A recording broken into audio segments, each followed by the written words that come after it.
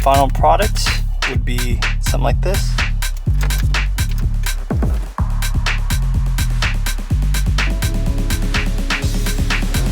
What's up guys, it's your boy John. We are back again here with another video. Android head units are coming full swings. The new latest in tech is coming out this year, so we want to try out all the new stuff. The Toyota is bringing out some new heat for the Toyota Highlander and of course across all the other models as well. This is a 2006 Toyota Highlander. It has the base radio, cassette, disc, nothing impressive. We really want to increase the infotainment system for this customer to the next level. So we have the Toyota head unit right here. Do a little quick unboxing. Now when you're buying from Toyota, they have one of the best packaging in my eye, and also full colored instructions and user manuals and all that. And everything is packaged really nicely. Look at this. Even the harnesses have their own bags, and it's labeled out. So if you are afraid of wiring or anything like that, you shouldn't worry too much. This is a plug and play kit. You don't need to go buy anything else. You don't need to splice or worry about anything. You just disconnect, reconnect.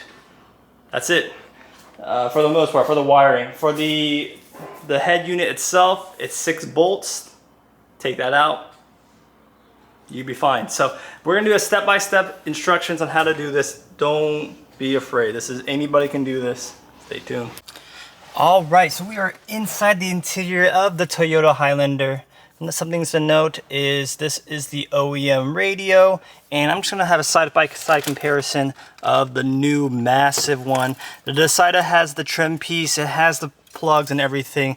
So all you have to do is transfer over your old stuff onto the back of this new stuff, and it's gonna be a plug and play. It's gonna be very easy. You don't have to fabricate or cut anything, drill anything.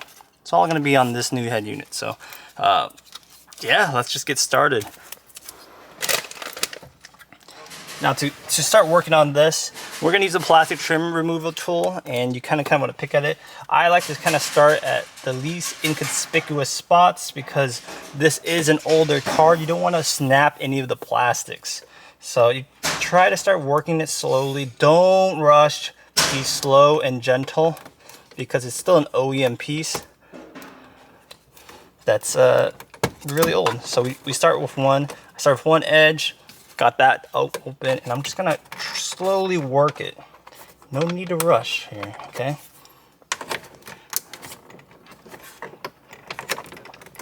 Also, it's a great idea to use your fingers, because your fingers has really tactile feedback, and you'll be able to know when things are gonna break versus using a tool, especially a metal tool. This one's a plastic one, so it really doesn't scratch up your interior. But with something like this, you just work it easily. Just massage it out. Massage it out. This is what we're doing. We're massaging it out.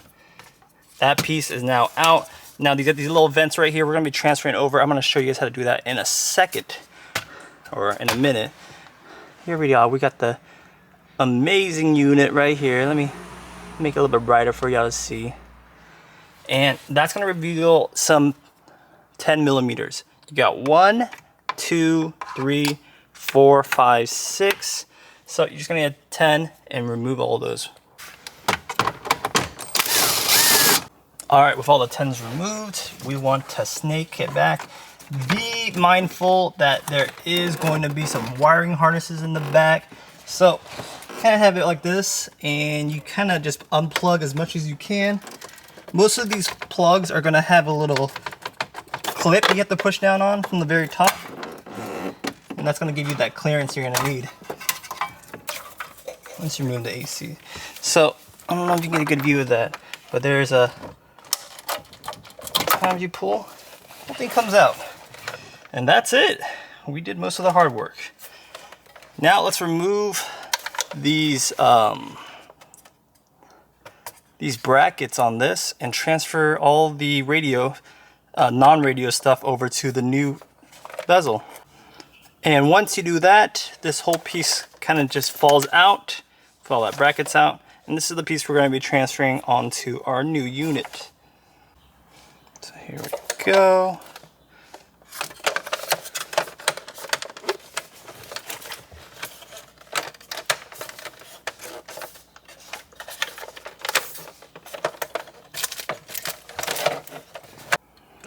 So that same bracket you used to remove, you're gonna put that bracket, I guess you didn't have to, you just had to remove the head unit portion and you can just keep the two, but this is how I have it right now. So we're gonna be able to bolt it back on here. Then the new radio is gonna sit on top of that, which is awesome. Now let me show you, just because it's gonna be a little bit easier with all this out of the way, let me show you how the wiring is done. All right, so when it comes to radio wiring, there are two bags you get with, two bags. You want this bag right here, which is the smaller bag that has all these kind of like adapters. Open this bad boy up. You're gonna get like some zip ties and tools you can use to remove the head unit. And then you're gonna get something like this right here. Now remember, most of these are gonna be controlling the AC unit and the fans and all that stuff. Airbags, lights. You only need to be messing with these right here. This is a 10 pin and then this is a 6 pin. Boom. And the 10 pin is gonna control your power, your front speakers, your dimmer switch. And then the 6 pin is gonna control your rear speakers. So let's get that plugged in right here. So with 10 pin, line it up. Hear the nice satisfying click. This purple and green one is the 6 pin. And that's all it takes. That's all it takes. Now there's also this radio antenna right here. We are going to plug this straight into the back of the head unit. And that's it when it comes to wiring your head unit like this. So as an example, just to show, we're gonna put in the antenna. This controls AM, FM antenna. And then we're gonna use this to plug in our main power. And that's all we need to get this unit working, which is kind of crazy. I didn't get that. Could you try again? But that's all it's gonna take. Now let's do a little test to make sure everything powers on.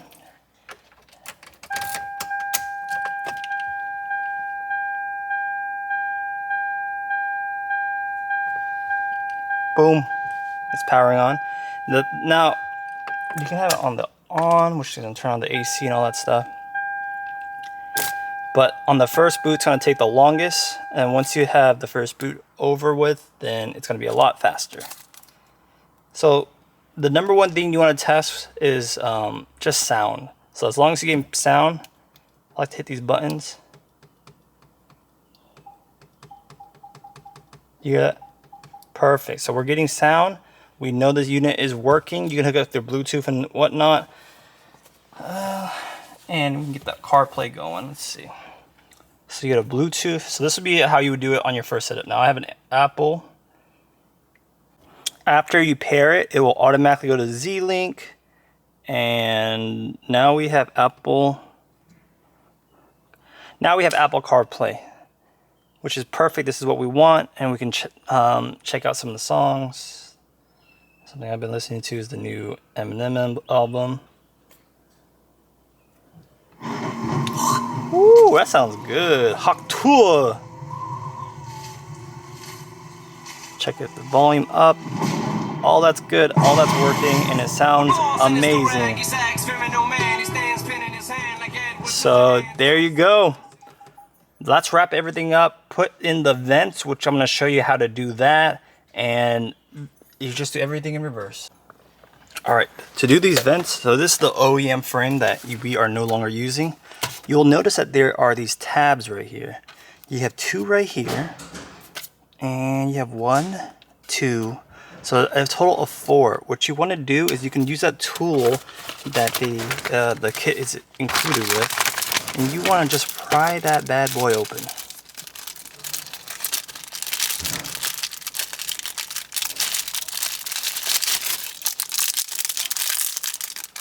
You want to pry it open like this, and you do it to both sides, and you pull out. Let's see if I can get an angle. Now you can even use your nails, which I just did, and it's actually easier because your nails is a lot thinner. But when you do one side, then now you have to do the other side. So that's a little bit tricky. Again, these are going to be old. Make sure you just be patient with it. You don't want to snap the clips. All right. So let's get this bad boy back in. And we plug in the 3 plugs from the very top into this bad boy. 1.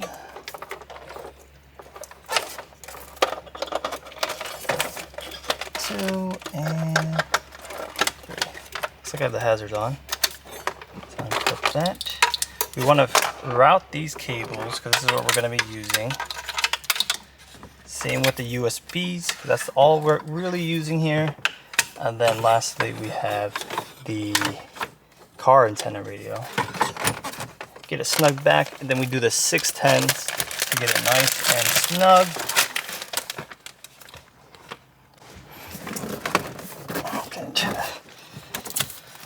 putting it all that together, and you have something like this. All right, so we have the head unit installed. Let me see if you guys have a good angle on that. Pretty good. Start the car up. Of course, when you're in drive, you can actually see the screen, but we're gonna have it in park, so it's gonna block a little bit of the screen, but instantly it boots on. Amazing. The colors are so vibrant. They're so bright that actually it's washing out a little bit. Maybe trim my settings like that. So we have Apple CarPlay, very good, very bright colors from Apple. This is exactly how you do it on any of the new cars with Apple CarPlay. This one is the main Android portion, and it's so smooth. It's amazing. Higher frame rate than the Apple CarPlay for sure. Let's look at settings right now. Got the car, mobile spots. Here are some settings in car, Apple CarPlay, Android Auto enabled. Also, if you turn on your headlights, you see how that LED lights up? I think these older cars, not sure, I can't really see since it's so dim, but it might be like a, let's just have it white, but it might be one of those, you know, like those green, that Toyota green back in the day, kind of like something like that. But let's just do white because it's a very safe options. Steering wheel controls, this car does not have steering wheel controls. Amplifier settings and stuff like that. This is going to bring up the EQ. Now look at all these options that this side gives you. Now this is going to be a huge performance boost in terms of wattage to the speakers over OEM. Now this is a lot of tuning that frankly I don't have time to go over. But yeah, here's the main interface. Of course, I don't know if you caught that, but when you're in boom, turn on the headlights, it has that dark mode right off the rip, which is awesome. You can record DVRs, front cameras. The sky's the limit with this radio right here. I don't know what he was listening to, but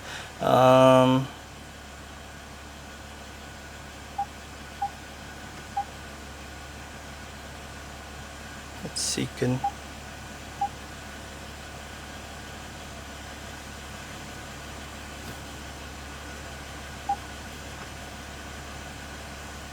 So there's the radio right there.